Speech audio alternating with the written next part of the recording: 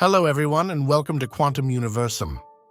Today we resume the section dedicated to testimonies from the afterlife, and we will do so by reporting the answers given by the masters on a topic I have covered several times here on the channel, namely the power of mantras and thought.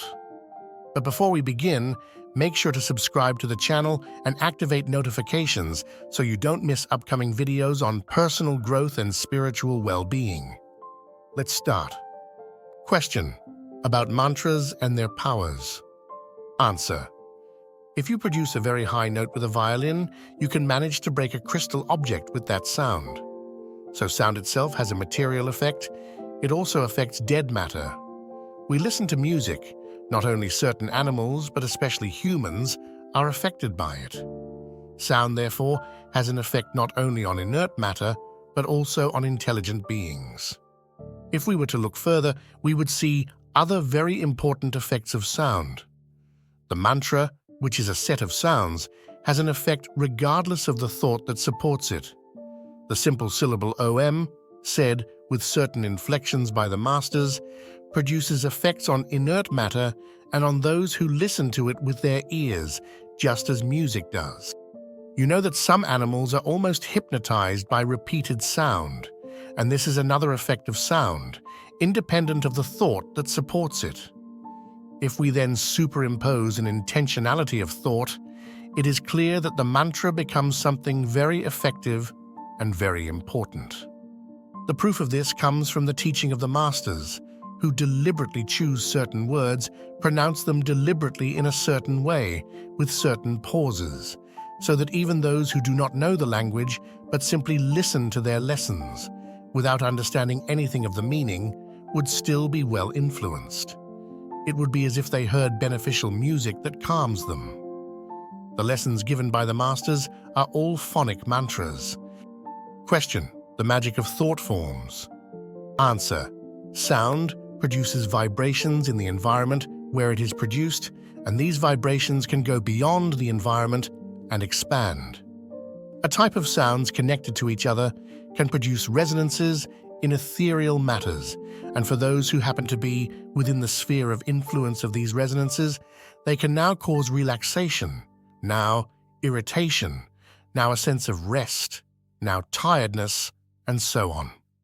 If we then add the will, even unconscious of an interpreter to these sounds, the effect is increased.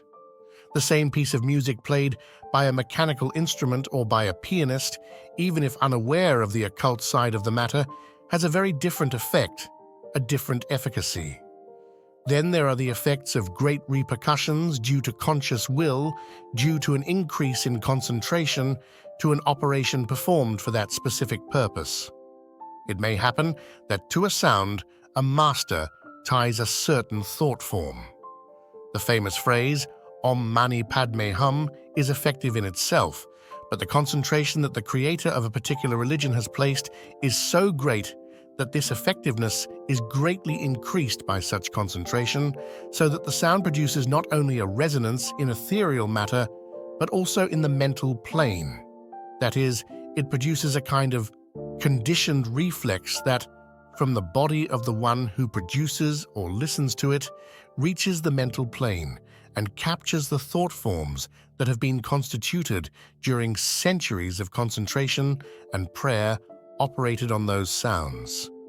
Thus, the Our Father prayer has tied a great thought form created by the Master Christ, and every time it is recited, even more so by reproducing in some way the sounds pronounced for the first time in the original language, this thought form is extricated. Certain words tied to certain thought forms almost drag them along with them little by little.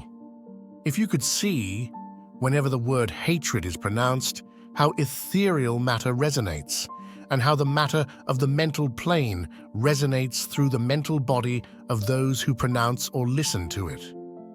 And if a creature hates, you could see its aura colored in a certain way and formed in a certain way, which is analogous for all those who hate. The creature that hates produces in the more subtle matters surrounding it, of the astral plane and the mental plane, a certain disturbance. The words that symbolize this state of mind, even pronounced by someone who is not in the state of mind they symbolize, produce the same disturbance in the subtle matters. Thus, continuously pronouncing words like good and peace, even if the one who pronounces them cannot, by concentrating, establish within themselves a state of mind similar to peace, ends up creating around themselves this sense of peace, which is perceived by creatures. And that's it for today. As always, thank you for being with me. And if you liked the video, don't forget to let me know by liking and leaving a comment. See you soon in the next video.